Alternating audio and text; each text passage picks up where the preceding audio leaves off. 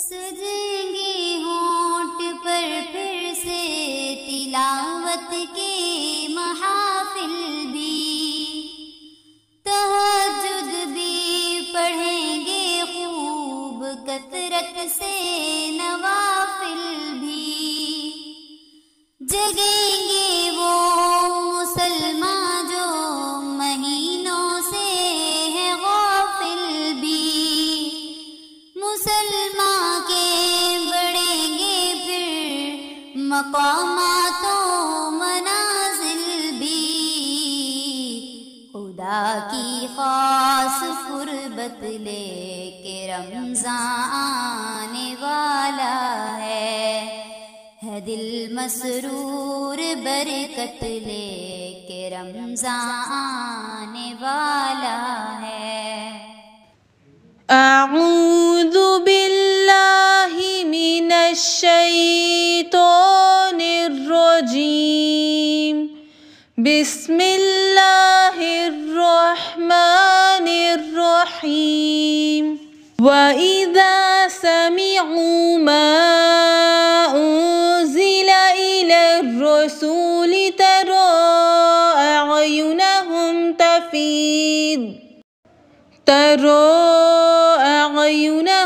تَفِيضُ مِنَ الدَّمْعِ مِمَّا عَرَفُوا مِنَ الْحَقِّ يَقُولُونَ رَبَّنَا آمَنَّا فَاكْتُبْنَا مَعَ الشَّاهِدِينَ۔ وَمَا لَنَا لَا نُؤْمِنُ بِاللَّهِ وَمَا جَاءَنَا مِنَ الْحَقِّ وَنَطْمَعُ أَن يُدْخِلَنَا رَبُّنَا مَعَ الْقَوْمِ الصَّالِحِينَ۔ السلام علیکم ورحمۃ اللہ وبرکاتہ، نحمدہ ونصلی علی رسولہ الکریم، اما بعد فاعوذ باللہ من الشیطان الرجیم، بسم اللہ الرحمن الرحیم۔ رب اشرح لی صدری ویسر لی امری واحلل عقدۃ من لسانی یفقہوا قولی۔ اللہم فقہنا فی الدین، اللہم اہدنا وسددنا، اللہم انی اسألک حبک۔ اے اللہ سبحانہ وتعالی ہمیں اپنی محبت نصیب کریے گا، اور رب یسر ولا تعسر وتمم بالخیر ربک نستعین۔ اے ہمارے پیارے اللہ کریم، ہمارے لیے ہمارے تمام کاموں کو آسان فرما دیجئے اور ہمارا خاتمہ ایمان پر کیجئے۔ ہم لوگوں نے 6 پارے پڑھے اور آخری حصے میں سورۃ المائدہ کی آیت نمبر 82 تک ہم پڑھ چکے۔ آج ہم 7واں پارہ شروع کریں گے، اور 7ویں پارے میں سورۃ المائدہ کی کچھ آیات ہیں، اور اس کے بعد ہم انشاءاللہ تعالی سورہ الانعام پڑھیں گے۔ سورہ مائدہ جہاں سے 7واں پارہ شروع ہو رہا ہے، اللہ سبحانہ وتعالی آپ کو اور مجھے اپنے ساتھ محبت کرنے کا طریقہ بتا رہے ہیں کہ اگر اللہ سے محبت ہے تو اس محبت کا طریقہ کیا ہے۔ بسم اللہ الرحمن الرحیم۔ وَإِذَا سَمِعُوا مَا أُنزِلَ إِلَى الرَّسُولِ تَرَىٰ أَعْيُنَهُمْ تَفِيضُ مِنَ الدَّمْعِ مِمَّا عَرَفُوا مِنَ الْحَقِّ يَقُولُونَ رَبَّنَا آمَنَّا فَاكْتُبْنَا مَعَ الشَّاهِدِينَ، کہ اور جب وہ رسول کی طرف سے نازل کردہ کلام کو سنتے ہیں، یعنی قرآن کو سنتے ہیں، تو آپ ان کی آنکھیں آنسوؤں سے بہتی ہوئی دیکھتے ہیں، اس لیے کہ انہوں نے حق کو پہچان لیا۔ وہ کہتے ہیں اے ہمارے رب، ہم ایمان لے آئے، بس تو ہم کو بھی ان لوگوں کے ساتھ لکھ لے جو تصدیق کرتے ہیں یا جو گواہ ہیں۔ قرآن سن کر آنسوؤں کا آنا آپ کے اور میرے ایمان کی علامت ہے۔ ہم جب کسی سے محبت کرتے ہیں تو محبت کے تقاضوں میں کچھ چیزیں ضروری ہیں کہ جس سے محبت کی جائے وہ ہم سے ہمیشہ راضی رہے۔ جب ہمارا محبوب ناراض ہوتا ہے تو ہمیں تکلیف ہوتی ہے، اس کی ناراضگی کا خوف۔ تو اگر ہمیں اللہ سے محبت ہے یا اللہ کی محبت حاصل کرنی ہے تو ہمارا مشن یہ ہوگا کہ ہم کوئی ایسا کام نہ کریں، کوئی ہم سے غلطی ایسی نہ ہو جو اللہ سبحانہ و تعالیٰ کی ناراضگی کا سبب بنے۔ پھر محبوب اگر انسان سے دور ہوتا ہے تو آنکھیں خود بخود نم ہوتی ہیں۔ اگر آپ کو اور مجھے اللہ سے ملنے کا شوق ہوگا تو اس کے کلام کو سن کے، حق کو پہچان کر، الفاظ آئے مما عرفو من الحق، کہ انہوں نے حق کو پہچان لیا۔ ہم نے الحمدللہ 6 پارے پڑھے، ایک ایک آیت کے ایک ایک حکم کے برحق ہونے پہ ہمیں یقین ہے، اور ہم نے یہ دیکھنا کہ 6 پارے مکمل کر کے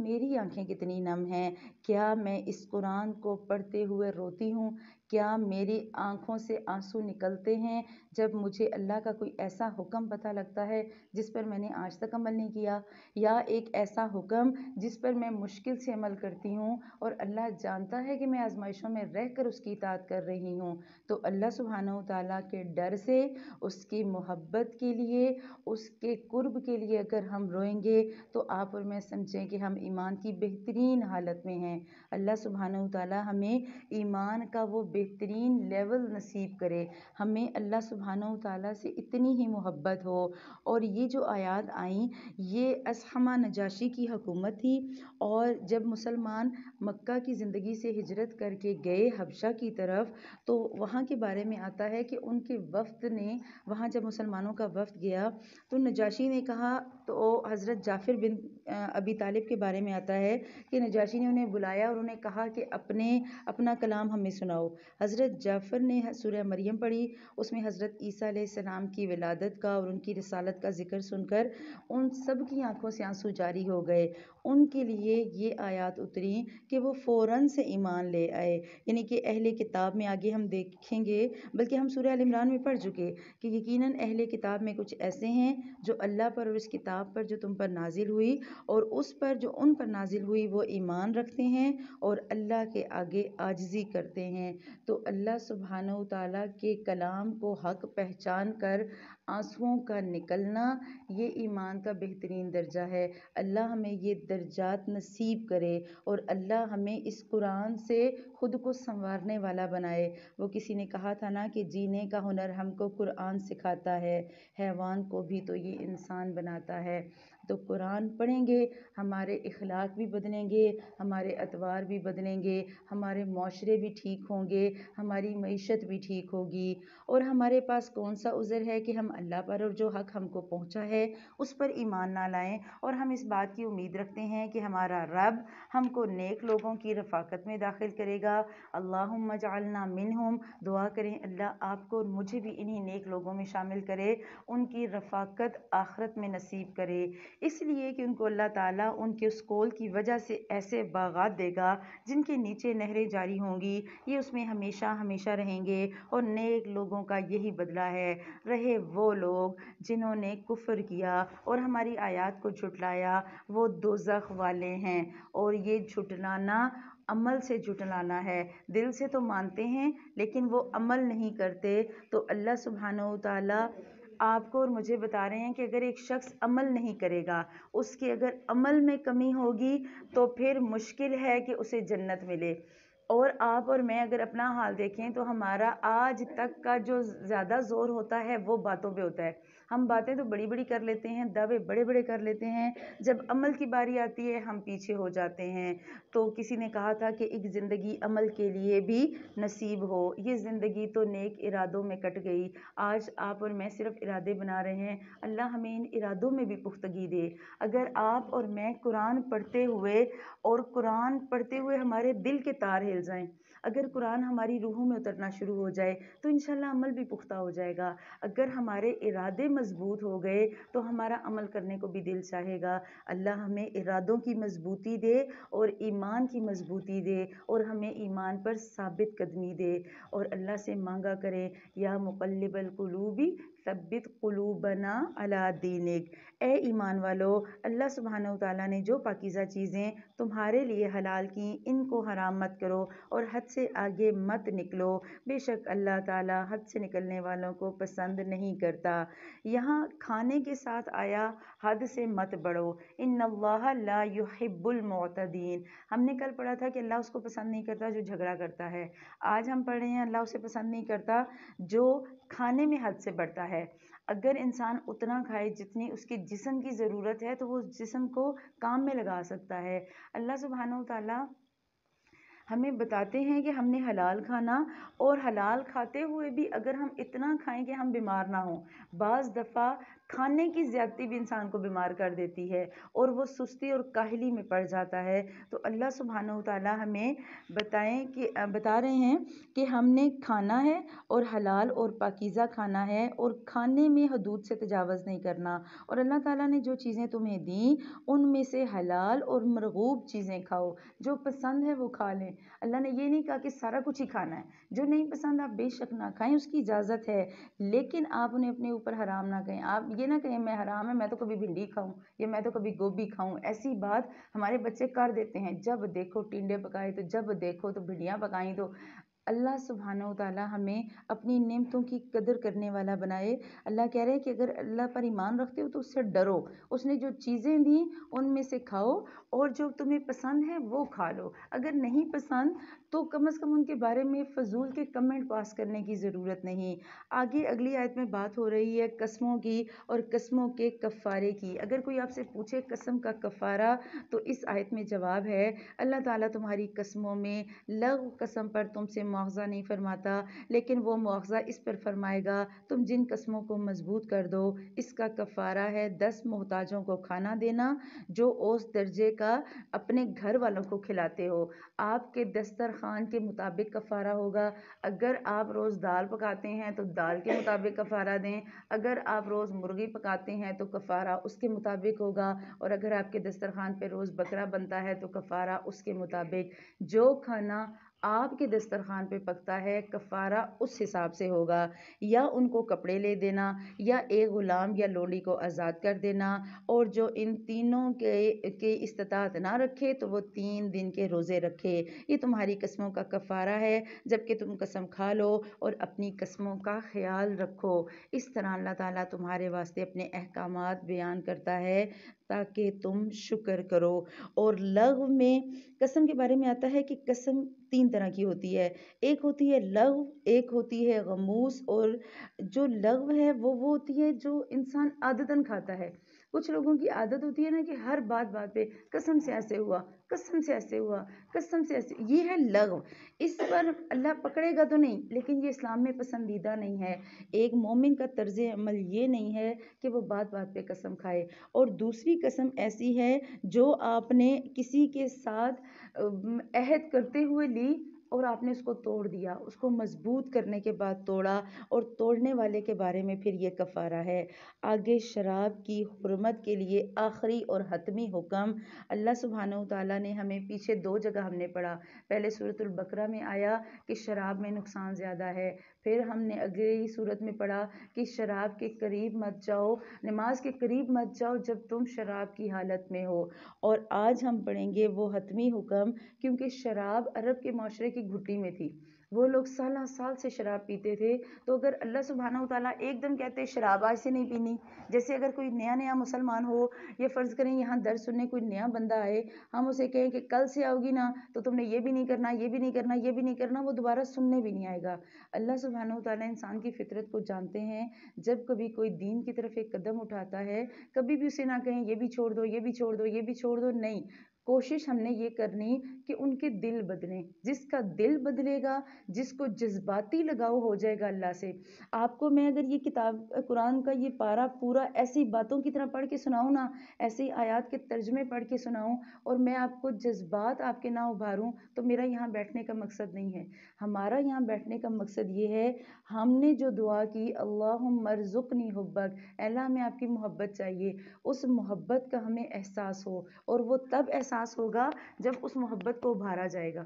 اور ابھارنے کے لیے جذباتی لگاؤ ضروری۔ آپ اگر کسی کو جذباتی طور سے قرآن پاک کے قریب لے آتے ہیں تو وہ بندہ، اس کا عمل خود بخود بدلے گا، اس کا خود بخود دل کرے گا کہ میں اپنے آپ کو بدل لوں۔ تو اللہ سبحانہ و تعالیٰ نے آخری حکم پھر نازل کیا، یا ایھا الذین آمنوا انما الخمر والمیسر والانصاب والازلام رجس من عمل الشیطان فَاجْتَنِبُوهُ لَعَلَّكُمْ تُفْلِحُونَ۔ اے ایمان والو،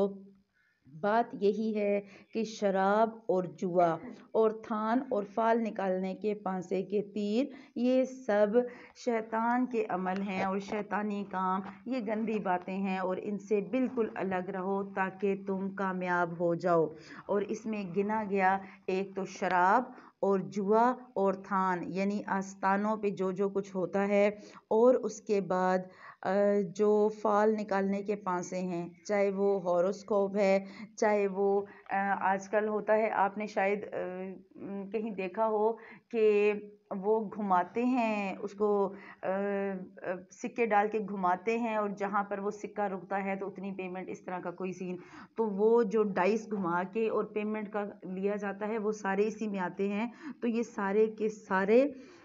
کام اللہ نے منع کیے، اور شراب کے اس حتمی حکم کے بعد شراب کو حرام قرار دے دیا گیا۔ شیطان تو یوں چاہتا ہے کہ شراب اور جوئے کے ذریعے تمہارے آپس میں عداوت اور بغض واقع کر دے، اور اللہ تعالیٰ کی یاد سے اور نماز سے تم کو باز رکھے، سو تم اب باز آ جاؤ۔ جب انسان شراب کی حالت میں ہوتا ہے اور انسان کی عقل معوف ہو جاتی ہے، پھر اسے سمجھ نہیں آتی، اور اسی بات پہ لڑائیاں جھگڑے ہوتے ہیں۔ آپ نے دیکھا ہوگا جن مردوں کی عادت ہو شراب پینے کی، ان کے گھر میں پھر نہ بیوی سے بنتی ہے، نہ بچوں سے بنتی ہے، نہ وہ نماز پڑھتے ہیں، نہ وہ روزہ رکھتے ہیں۔ اللہ سبحانہ وتعالیٰ اس بیماری سے ہم میں سے کسی کو بھی شامل نہ کرے، اللہ ہم سب کو اس سے بچائے، ہمارے مردوں کو اور ہمارے بچوں کو بچائے۔ اور جہاں ایون حدیث میں آتا ہے کہ جن برتنوں میں شراب بنتی ہے انہیں بھی استعمال کرنے کی ممانعت ہے، تو اللہ سبحانہ وتعالیٰ کی طرف سے جب یہ حکم آیا تو پھر صحابہ نے کہہ دیا انتہینا ربنا، اے ہمارے رب ہم باز آ گئے، آپ نے حکم دے دیا، ہم نے چھوڑ دیا۔ اور احادیث میں ملتا ہے کہ جب یہ حکم آیا تو صحابہ نے شرابوں کے وہ ڈرم کے ڈرم مدینے کی گلیوں میں بہا دیے، اور کتنے دنوں تک مدینے کی گلیوں سے شراب کی بدبو آتی رہی، لیکن اس حکم کے بعد کسی صحابی نے شراب کو ہاتھ نہیں لگایا۔ اتنا مضبوط ایمان، اور آج آپ کو اور مجھے اس ایمان کی ضرورت ہے۔ آج ہم انرجی ڈرنک کے نام پر چیزیں لے لیتے ہیں، اور آج ہماری ہائی فائی سوسائٹی میں پارٹیز میں شراب عام ہو گئی ہے۔ اللہ سبحانہ وتعالیٰ ہماری نسلوں کو اس لعنت سے بچائے، اور تم اللہ تعالیٰ کی اطاعت کرتے رہو اور اس کے رسول کی اطاعت کرتے رہو، اور احتیاط رکھو۔ اگر تم اعراض کرو گے تو یہ جان رکھو کہ ہمارے رسول کے ذمہ تو صاف صاف پہنچا دینا ہے ایسے لوگوں پر جو کہ ایمان رکھتے ہوں اور نیک کام کرتے ہوں۔ اس چیز میں کوئی گناہ نہیں کہ جس کو وہ کھاتے پیتے ہوں، جبکہ وہ لوگ تقویٰ رکھتے ہوں اور ایمان رکھتے ہوں اور نیک کام کرتے ہوں، پھر پرہیزگاری کرتے ہوں اور ایمان رکھتے ہوں، پھر پرہیزگاری کرتے ہوں اور خوب نیک عمل کرتے ہوں۔ اللہ ایسے نیک لوگوں سے محبت کرتا ہے۔ اس آیت میں اللہ سبحانہ وتعالیٰ نے کہا لیس علی الذین آمنوا، بات کی گئی ایمان کی، اور ایمان کے 3 درجوں کی۔ ایک ایمان کا وہ درجہ ہے جو ہم میں سے بہت سے لوگوں کا ہے کہ ٹھیک ہے، جو پتہ ہے بس ٹھیک ہے، ضروری نماز پڑھ لو، ضروری قرآن پڑھ لو، سورہ یاسین صبح پڑھ لو اور سورہ ملک رات کو پڑھ لو، اتنا۔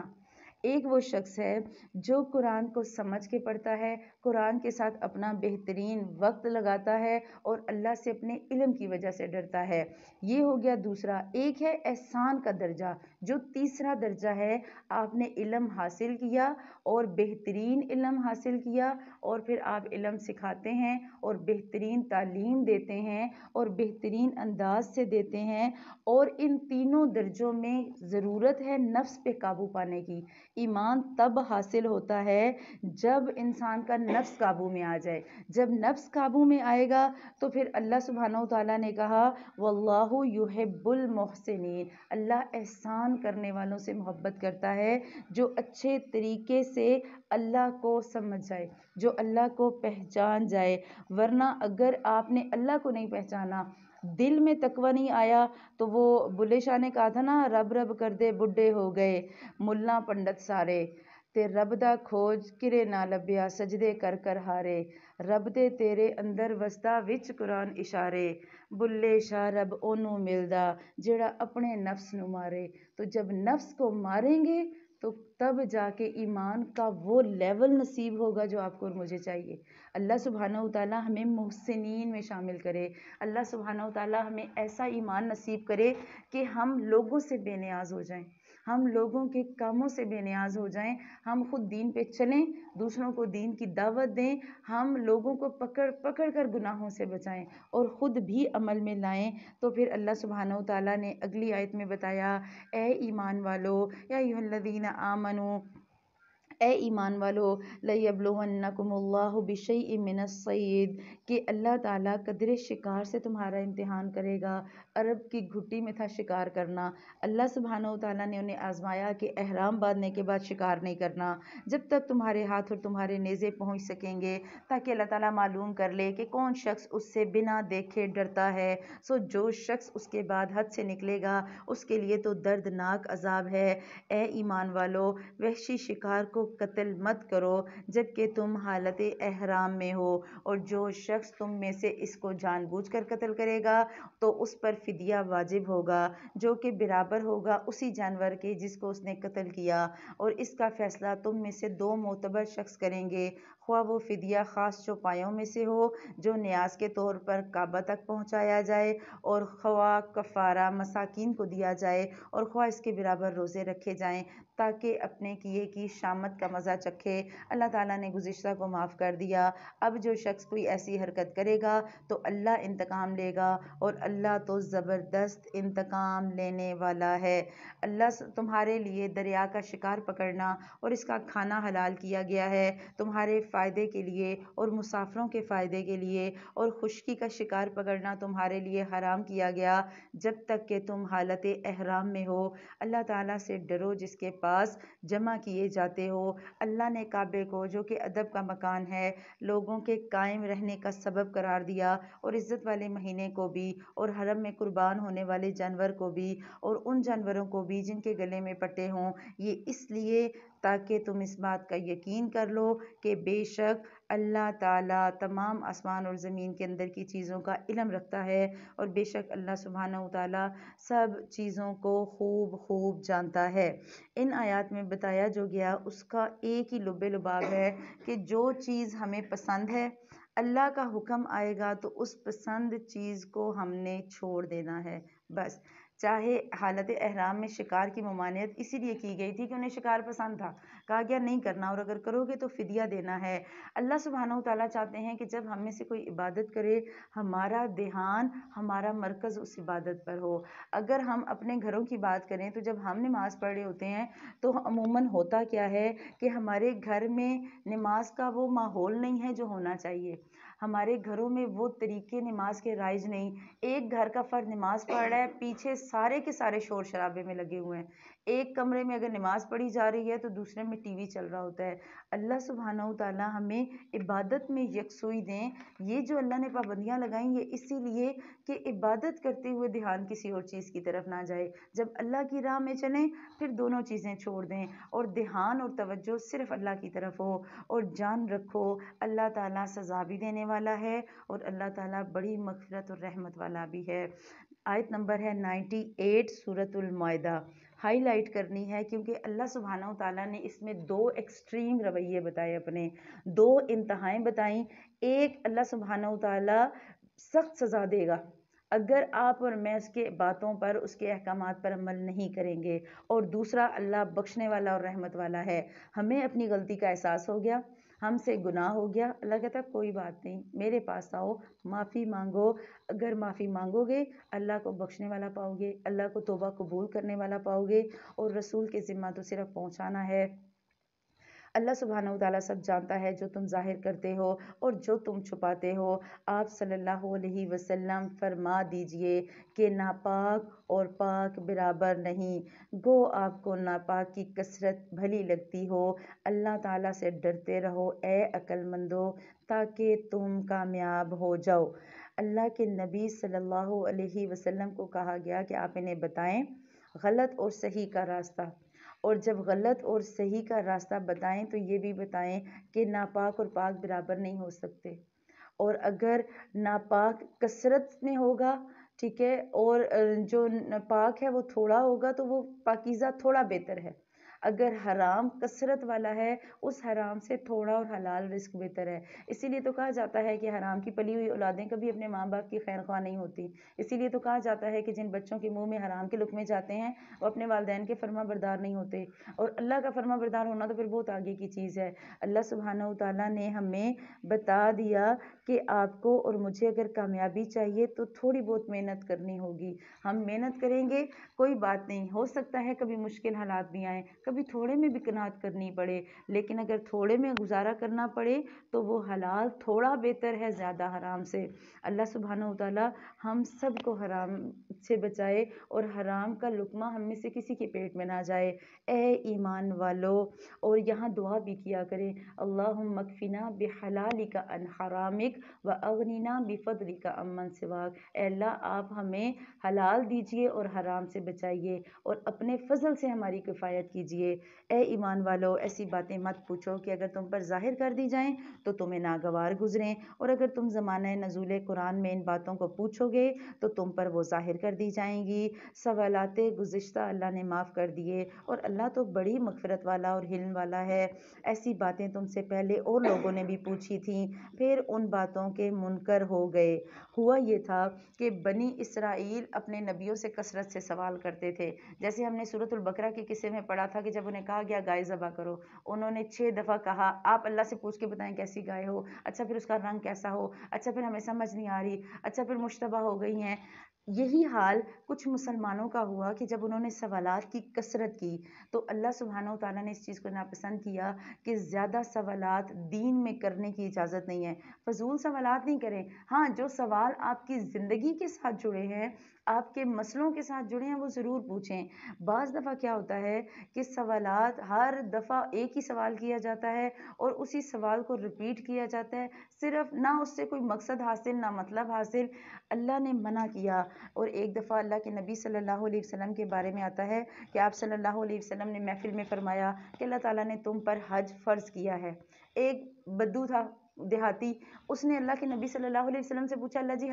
نبی صلی اللہ علیہ وسلم ہر سال؟ آپ صلی اللہ علیہ وسلم خاموش رہے۔ اس نے دوبارہ پوچھا کیا ہر سال حج فرض کیا ہے؟ آپ صلی اللہ علیہ وسلم پھر خاموش رہے۔ اس نے تیسری دفعہ پوچھا، آپ صلی اللہ علیہ وسلم پھر خاموش رہے۔ جب وہ چلا گیا تو آپ صلی اللہ علیہ وسلم نے فرمایا کہ اگر میں کہہ دیتا ہاں تو پھر ہر سال تم پر حج فرض ہوتا، اور تم اگر ایسا ہو جاتا تو ہر سال حج تمہارے لیے ممکن نہ ہوتا۔ آپ دیکھیں ہم انڈیا پاکستان کے لوگ تو سال چھوڑ زندگی میں ایک دفعہ حج کر لیں بڑی بات ہے، وسائل ہی نہیں لوگوں کے پاس، اور صرف ایک امیر طبقہ جو شاید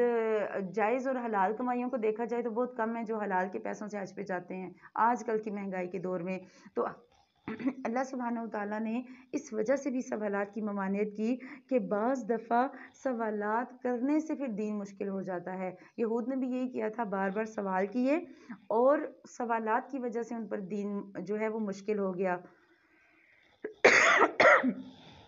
اللہ تعالیٰ نے بحیرہ کو مشروع نہیں کیا، اور نہ ہی صاحبہ کو، اور نہ ہی وسیلہ کو، اور نہ حام کو، لیکن جو لوگ کافر ہیں وہ اللہ تعالیٰ پر جھوٹ لگاتے ہیں، اور اکثر کافر عقل نہیں رکھتے۔ یہ جو نام لیے گئے بحیرہ اور صاحبہ اور وسیلہ اور حام، یہ وہ جانور تھے کہ جنہیں اس وقت لوگ استعمال کرتے تھے اور وہ آزاد چھوڑتے تھے بتوں کے نام پر، اور کہا جاتا ہے کہ بحیرہ وہ جانور جس کا دودھ دونا چھوڑ دیا جاتا ہو تو وہ اسے چھوڑ دیتے تھے کہ یہ اب بتوں کے لیے خاص ہے۔ اس کے علاوہ تو جب وہ چھوڑتے تھے تو اس کے بعد کسی کی جرت نہیں ہوتی تھی کہ اس جانور کا دودھ وہ دوئے۔ اسی طرح صاحبہ وہ جانور ہوتے تھے جسے وہ بتوں کے لیے آزاد چھوڑ دیتے، اسے نہ وہ سواری کے لیے استعمال کرتے اور نہ سامان کے لیے۔ اور وسیلہ وہ اونٹنی ہوتی کہ جس سے پہلی دفعہ کوئی مادہ پیدا ہو، اس کے بعد ایسی اونٹنی کو وہ بتوں کے لیے آزاد چھوڑ دیتے، اسے پھر وہ استعمال میں نہیں لاتے۔ اور حام وہ نر اونٹ ہوتا کہ جس کی نسل سے کئی بچے ہو چکے ہوں،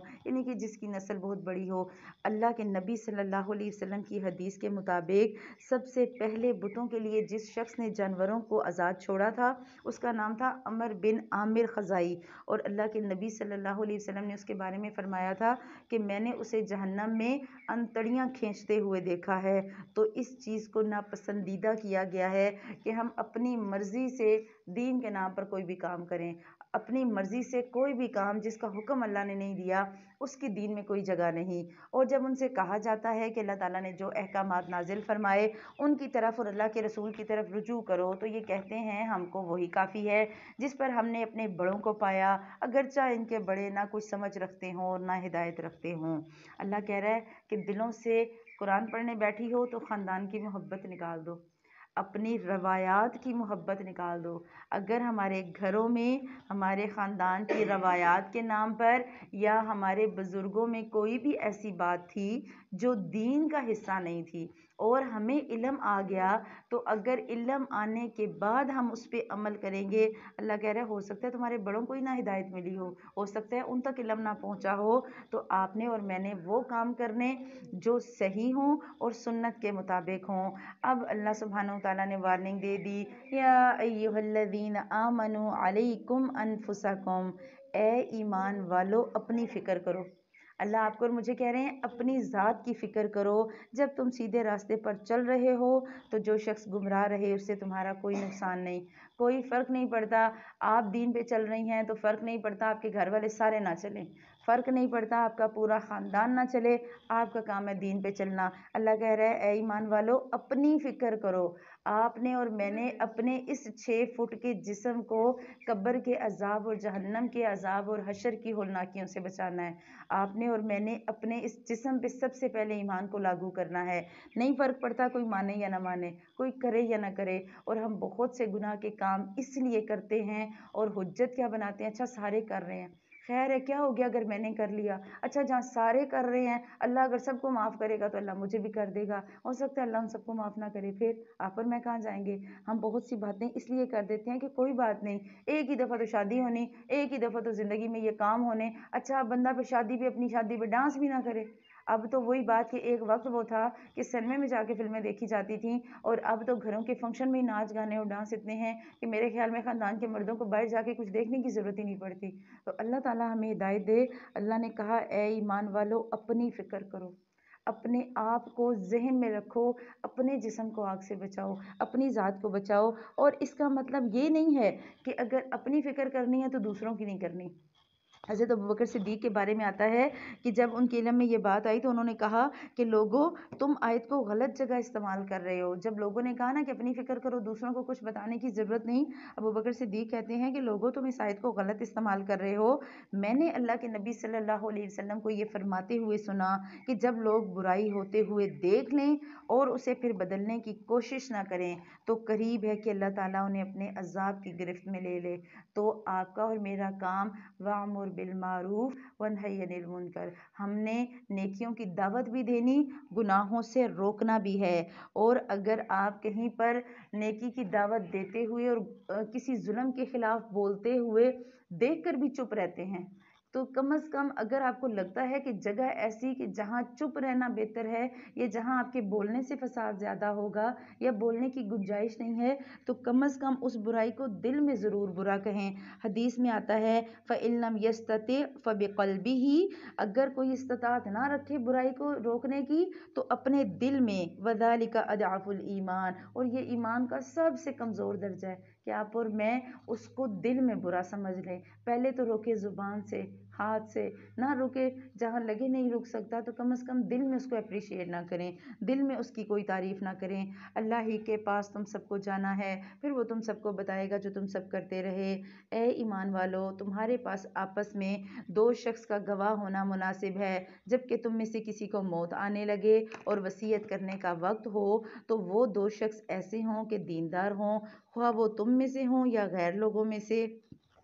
اگر تم کہیں سفر میں گئے ہو اور تمہیں موت آ جائے، اگر تم کو شبہ ہو تو ان دونوں کو نماز کے بعد روک لو، پھر وہ دونوں اللہ کی قسم کھائیں کہ ہم اس قسم کے عوض کوئی نفع نہیں لینا چاہیں گے، اگرچہ کوئی قرابت دار بھی ہو، اور اللہ سبحانہ وتعالیٰ کی بات کو ہم پوشیدہ نہ کریں گے۔ ہم اگر اس حالت میں اگر ہم ایسا کریں تو ہم سخت گناہ گار ہوں گے۔ یہاں بتایا گیا شہادت کی اہمیت کو کہ جھوٹی گواہی کسی صورت بھی نہیں دینی۔ پھر اگر اس کی اطلاع ہو کہ وہ دونوں گواہ کسی گناہ کے مرتکب ہوئے تو ان لوگوں میں سے جن کے مقابلے میں گناہ کا ارتکاب ہوا تھا اور دو شخص جو سب سے قریب تر ہیں جہاں وہ دونوں کھڑے ہوئے تھے یہ دونوں کھڑے ہوں، پھر دونوں اللہ کی قسم کھائیں کہ بالیقین ہماری یہ قسم ان دونوں کی اس قسم سے زیادہ صحیح ہے اور ہم نے ذرا تجاوز نہیں کیا، اگر ہم نے ایسا کیا اس حالت میں ہم سخت ظالم ہوں گے۔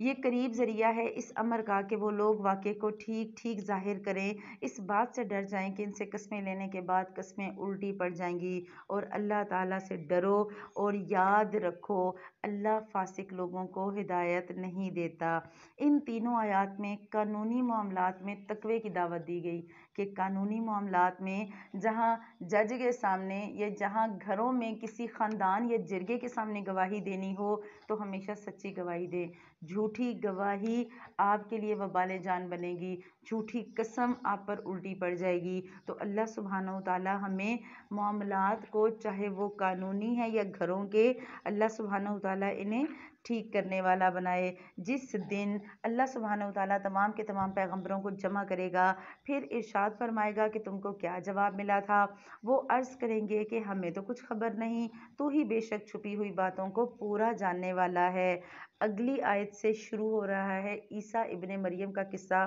ہم نے کل پڑھا تھا کہ حضرت عیسیٰ علیہ السلام کو اللہ سبحانہ و تعالیٰ نے زندہ اٹھا لیا۔ اب یہاں بتایا جا رہا ہے کہ جب اللہ سبحانہ و تعالیٰ ارشاد فرمائیں گے کہ اے عیسیٰ ابن مریم میرے انعام کو یاد کرو، اور ان پر اللہ کا کیا انعام، اللہ نے انہیں نبوت عطا کی، اور پھر تم پر اور تمہاری والدہ پر جو میں نے کیا، جب میں نے تم کو روح القدس یعنی جبرائیل امین سے تمہاری مدد کی، تم لوگوں سے کلام کرتے تھے گود میں بھی اور بڑی عمر میں بھی، اور جب کہ میں نے تم کو کتاب اور حکمت کی باتیں اور تورات اور انجیل کی تعلیم دی، جب کہ تم میرے حکم سے گارے سے ایک شکل بناتے جیسے پرندے کی شکل ہوتی ہے، پھر تم اس کے اندر پھونک مار دیتے جس سے وہ پرندہ بن جاتا میرے حکم سے، اور تم اچھا کر دیتے تھے مادرزاد اندھے کو اور کوڑی کو میرے حکم سے، اور جب کہ تم مردوں کو نکال کر کھڑا کر لیتے تھے میرے حکم سے، اور جب کہ میں نے بنی اسرائیل کو تم سے باز رکھا جب تم ان کے پاس دلیلیں لے کر آئے، پھر ان میں سے جو کافر تھے انہوں نے کہا تھا کہ بجز کھلے جادو کے یہ کچھ بھی نہیں۔ اس آیت میں عیسیٰ ابن مریم کو دیے گئے معجزات کی ڈیٹیل ہے کہ وہ مٹی کا ایک پرندہ بناتے، اللہ کہتا ہے تم اس میں پھونک مارتے تھے تو وہ ٹھیک اڑنے لگ پڑتا، بِإِذْنِی میرے اذن کے ساتھ، میرے حکم کے ساتھ، اگر تم کسی مردے کو زندہ کرتے تو وہ بھی میرے حکم کے ساتھ۔ اللہ سبحانہ و تعالیٰ نے معجزات دیے، لیکن معجزات کی گواہی بھی دی کہ اگر اللہ چاہے گا تو کسی کو معجزہ دے گا، اور اگر آج کوئی یہ بندہ دعویٰ کرتا ہے کہ میں ایسا کر سکتا ہوں تو پھر آپ اور میں اس پہ یقین نہیں کریں گے، کیونکہ یہ نبیوں کے لیے معجزات خاص تھے۔ عیسیٰ علیہ السلام نے حواریوں کو، اور جب میں نے حواریوں کو حکم دیا کہ تم مجھ پر اور میرے رسول پر ایمان لاؤ، انہوں نے کہا ہم ایمان لائے، اور آپ گواہ رہیے کہ ہم پورے فرما بردار ہیں۔ قالوا آمنا، وہ کہتے ہیں ہم ایمان لے آئے اور ہم اس بات کے گواہ ہیں۔ عیسیٰ علیہ السلام کے جو فرما بردار تھے نا، ان کے جو فالورز تھے انہیں حواری کہا جاتا ہے، جیسے ہمارے نبی صلی اللہ علیہ وسلم کے فالورز کو صحابہ کہا جاتا ہے، ان کے جو فالورز تھے، جو ان کے دوست اور ان کے ساتھ دین میں چلنے والے تھے، انہیں حواری کہا جاتا ہے۔ وہ وقت یاد کے قابل ہے جب کہ حواریوں نے کہا اے عیسیٰ ابن مریم کیا آپ کا رب ایسا کر سکتا ہے کہ ہم پر آسمان سے ایک خوان نازل فرمائے؟ انہوں نے بھی کہا پکا پکایا کھانا آنا چاہیے، ہم دیکھیں دسترخوان آئے، کھانا آئے۔ آپ نے فرمایا اللہ سے ڈرو اگر تم ایمان والے ہو۔ وہ بولے کہ ہم یہ چاہتے ہیں کہ ہم اس میں سے کھائیں اور ہمارے دلوں کو پورا اطمینان ہو جائے اور ہمارا یقین اور بڑھ جائے کہ آپ نے ہم سے سچ بولا ہے اور ہم گواہی دینے والوں میں سے ہو جائیں۔ انہوں نے کہا کہ ہمارے لیے کھانا منگوائیے تاکہ ہمارا یقین مزید پختہ ہو۔ عیسیٰ ابن مریم نے دعا کی اے اللہ ہمارے پروردگار ہم پر آسمان سے کھانا نازل فرما کہ وہ ہم سب کے لیے، یعنی ہم میں جو پہلے ہیں اور جو بعد والے ہیں سب کے لیے خوشی کی بات ہو، اور تیری طرف سے ایک نشانی بھی ہو جائے، اور تو ہمیں رزق عطا کر، تو سب کو عطا کرنے والوں میں سے سب سے اچھا عطا کرنے والا ہے۔ تو حق باری تعالیٰ نے ارشاد فرمایا میں وہ کھانا تم لوگوں پر نازل کرنے والا ہوں اللہ سبحانہ و تعالیٰ نے دعا قبول کر لی۔ شرط کیا رکھی؟ پھر جو شخص تم میں سے اس کے بعد ناحق شناسی کرے، ایک ہے حق شناسی کرنا، حق کو پہچان لینا، ایک ہے ناحق شناسی کرنا جو اس کا الٹ، حق پہچاننے کے بعد انکار کرنا۔ تو اللہ کہہ رہا ہے تو پھر میں اسے ایسی سزا دوں گا جو سزا دنیا جہاں والوں میں سے کسی کو نہیں دوں گا۔ یعنی کہ میں اگر دسترخوان اتاروں گا تو جو پھر اس کو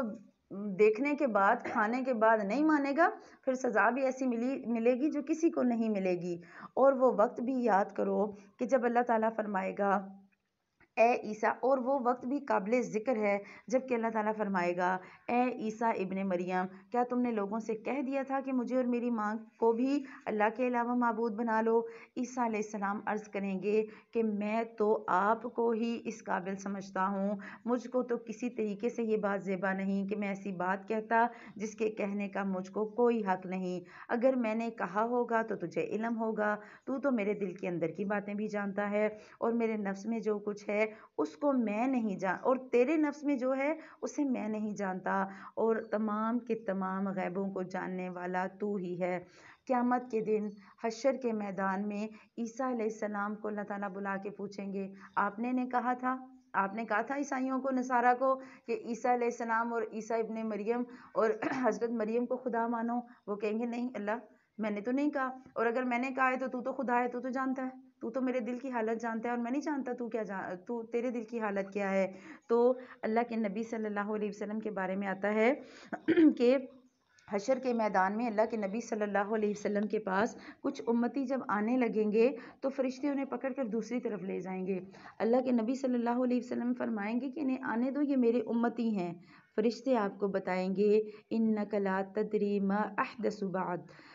اے محمد صلی اللہ علیہ وسلم آپ نہیں جانتے کہ آپ کے آنے کے بعد انہوں نے دین میں کیا کیا بدعتیں ایجاد کر لیں۔ تو جب آپ صلی اللہ علیہ وسلم یہ بات سنیں گے تو آپ فرمائیں گے کہ آپ نے کہا تھا اس حدیث میں کہ میں بھی اس وقت یہی کہوں گا جو عیسیٰ نے کہا کہ میں اے اللہ میں جو ہے وہ ان سے بری ذمہ ہوں۔ اگلی آیت جو ہم پڑھیں گے نا کہ عیسیٰ علیہ السلام کہتے ہیں کہ میں نے تو ان سے اور کچھ نہیں کہا مگر صرف وہی جو تو نے مجھ سے کہنے کو کہا کہ تم اللہ کی بندگی اختیار کرو جو میرا بھی رب ہے اور تمہارا بھی رب ہے۔ میں ان پر گواہ رہا جب تک میں ان میں رہا، پھر جب تو نے مجھے اٹھا لیا تو ہی ان پر خبردار رہا، اور تو ہر چیز کی خبر رکھنے والا ہے۔ تو اگر انہیں سزا دے تو یہ تیرے بندے ہیں، اور اگر تو انہیں معاف کر دے تو زبردست اور حکمت والا ہے۔ آپ صلی اللہ علیہ وسلم کہتے ہیں کہ ان کی حدیث میں آتا ہے کہ میں یہی الفاظ کہوں گا کہ اے اللہ جب تک میں تھا تو کوئی بدعتیں نہیں تھی، جب میں تھا تب تو سارے کے سارے مسلمان تھے، میرے جانے کے بعد پھر یہ دیوبند بھی ہو گئے، اور پھر یہ بریلوی بھی بن گئے، اور پھر یہ اہل حدیث بھی بن گئے، اور پھر یہ شیعہ بھی بن گئے، اور میرے آنے کے بعد ہی عید میلاد النبی بھی منائی گئی، اور میرے آنے کے بعد ہی بدعتوں پہ بدعتیں ایجاد ہوئیں۔ اللہ کے نبی صلی اللہ علیہ وسلم کے دور میں جو چیزیں دین کا حصہ نہیں تھیں، اگر ہم ان پر آج عمل کریں گے تو قیامت کے دن ہمیں اپنے پیارے حبیب صلی اللہ علیہ وسلم کے ہاتھوں حوض کوثر نصیب نہیں ہوگا، پھر حوض کوثر کے قریب بھی نہیں پھٹکنے دیا جائے گا۔ تو دعا کریں اللہ سبحانہ و تعالی ہمارے اس معاشرے سے بدعتیں ختم کر دے، ہمیں صحیح دین سمجھنے والا بنائے اور ہمیں صحیح دین پر چلنے والا بنائے۔ اللہ سبحانہ و تعالی ارشاد فرمائیں گے کہ یہ وہ دن ہے کہ جو لوگ سچے تھے ان کا سچا ہونا ان کے کام آئے گا، ان کو ایسے باغ ملیں گے جن کے نیچے نہریں جاری ہوں گی جس میں وہ ہمیشہ ہمیشہ رہیں گے۔ دعا کریں اللہم اجعلنا منہم، اے اللہ آپ ہمیں بھی انہی میں شامل فرمائیے گا۔ اگلا حصہ ہے رضی اللہ عنہم ورضوا عنہ، وہ اللہ سے راضی ہوئے اور اللہ ان سے راضی۔ تو اللہ سے دعا کریں اللہ آپ مجھ سے راضی ہو جائیں، مجھے اپنے سے راضی ہونے والا بنائیں، میں آپ سے راضی رہوں تاکہ میں اس دنیا میں آپ سے راضی رہوں اور آخرت میں پھر آپ مجھ سے راضی ہو جائیں۔ اللہ سبحانہ و تعالی ہمیں یہی کامیابی عطا کرے، کیونکہ آگے آ رہا ہے ذالک الفوز العظیم، یہ فوز عظیم ہے، بڑی کامیابی، پورے 60-70 سال کی زندگی کی مشقت اور اس کے بعد آخرت میں جنت کے ابدی درجے، وہاں بہترین بالا خانے اور بہترین گھر اللہ ہمیں بھی نصیب کرے۔ اللہ ہی کی ہے سلطنت آسمانوں کی